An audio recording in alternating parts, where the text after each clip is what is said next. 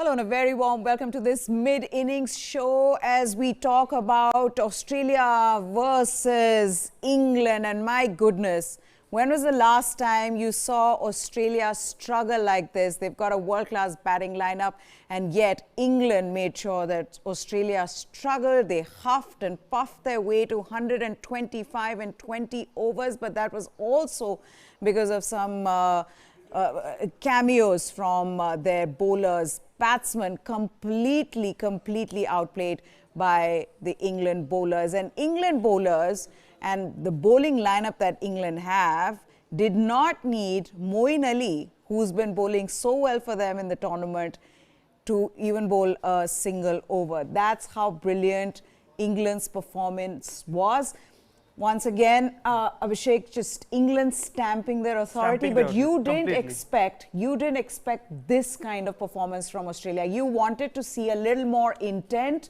Yes, England were bowling very well, but Australia should have shown more intent. They were disappointed. I mean, just a little stat, Australia were 21 for 3 in the power play over, right? I mean, this is the second lowest power play score in this World Cup. Yeah. Imagine who's the lowest. PNG, Papua New Guinea, they scored 17 for 4 against Bangladesh, and then Scotland is the third lowest, 21 for 4 against Namibia. So imagine England bringing down Australia to what level, right? Yeah. I mean, 21 for 3, their top 3 batters gone. I mean, it was complete domination. Generally, they start with Moeen Ali. As you pointed out, Moeen Ali was not even needed, The only time you saw Moeen Ali, at one point I felt he wasn't even on the pitch, but the only time you saw him is because of that misfield right, in the deep.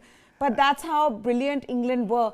And once again, showing the sort of making a statement in this World Cup that we are the team to beat, because if this kind of performance is what we'll see with other teams, then I think it's very difficult. It's fearsome, right? Fearsome. I mean, this is the third time in 3 matches that they have taken at least 3 wickets in the power play. That alone says a lot. And the way Chris Woakes, he was getting those seam movements, And I mean, of course, I mean, full credit to England bowling, but also the fact that Australia they were going for the shots. Like the dismissal of David Warner, he kind of poked at that ball.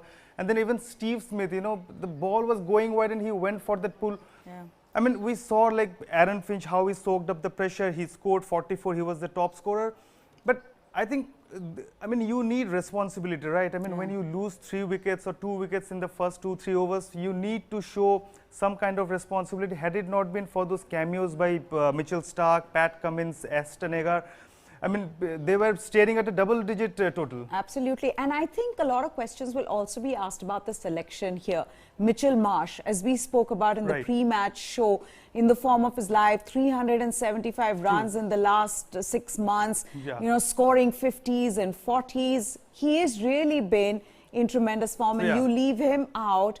And then you have Ashton Agar walking in at number 7 against England. And in such an important match, I mean, I don't know what was the need. I mean, apart from injury or not, why would you want to break a winning combination, right? I mean, they have won the 2 matches, and this match was the decider whether they would finish top or second or third, whatever. But this match was crucial, and they just bungled it up big time. And this is going to dent their confidence. I mean, the rivalry, We've seen the rivalry that exists between these two teams, and for England to play like that and Australia to sort of capitulate, I mean, I don't see any other way to say, except for those cameos, like we said, from Mitchell Starc and Pat Cummins, I thought was brilliant with 12 and 3 balls. They would have got to a respectable total. And you don't expect that from Australia in an ICC tournament, in a World Cup, in a match like this. So there was lack of intent, but we've got to talk a little bit more about English bowling attack. I mean, again, not some of these bowlers, not their first choice. Chris Woakes comes in this season. In fact, hadn't been playing T20 internationals for a while, comes in, drafted in this season, this summer. Doesn't bowl a bad ball. I think it shows, the domestic structure. I mean, he was good in T20 Blast also, and the structure that England has got and the focus they have put on limited overs cricket. I mean, Chris Woakes, Tymal Mills, even though he was costly, but he was in a difficult situation. He was made to bowl the 18th and 20th over, which we all know generally goes for runs, but even Chris Jordan. Yeah, Chris Jordan. I mean, he is the best bowler, 3 for 17. I mean, these bowlers, they are not regular. I mean, not regular in the test side. Whereas in Australia, I mean, vis-a-vis of the Australian pace attack, which will be playing this match, I mean, they are regular in test matches. So there is a sort of continuity.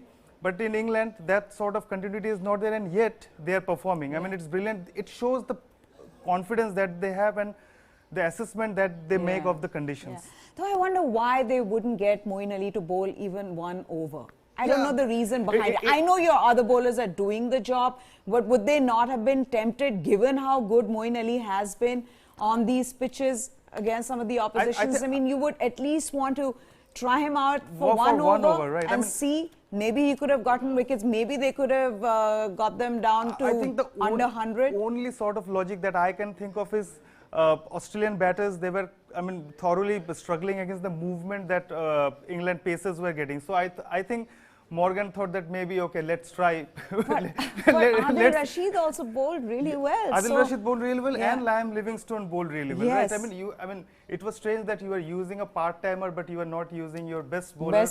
Exactly, that is my question. What are they? I don't know whether it's arrogance or not, but he was not maybe needed. Maybe it is that. Maybe it's this statement that we're talking about, that you know, we don't even need our best bowler to look at us, and Australia. against Australia. I mean, we don't need our best bowler. Absolutely, maybe it's mind games. It's bragging rights. So this is what gets you bragging rights. But absolutely disappointing batting display from Australia. No other way to describe it. Now, can their bowlers defend this total? If you go by the trends in UAE, you know that the team chasing has the upper hand. So it looks like it's England all the way. But we'll get you all the latest after the match. Thank you so much for joining us, and we'll get back to the action. It is England versus Australia, and now it's time for the England batting and see what they can do.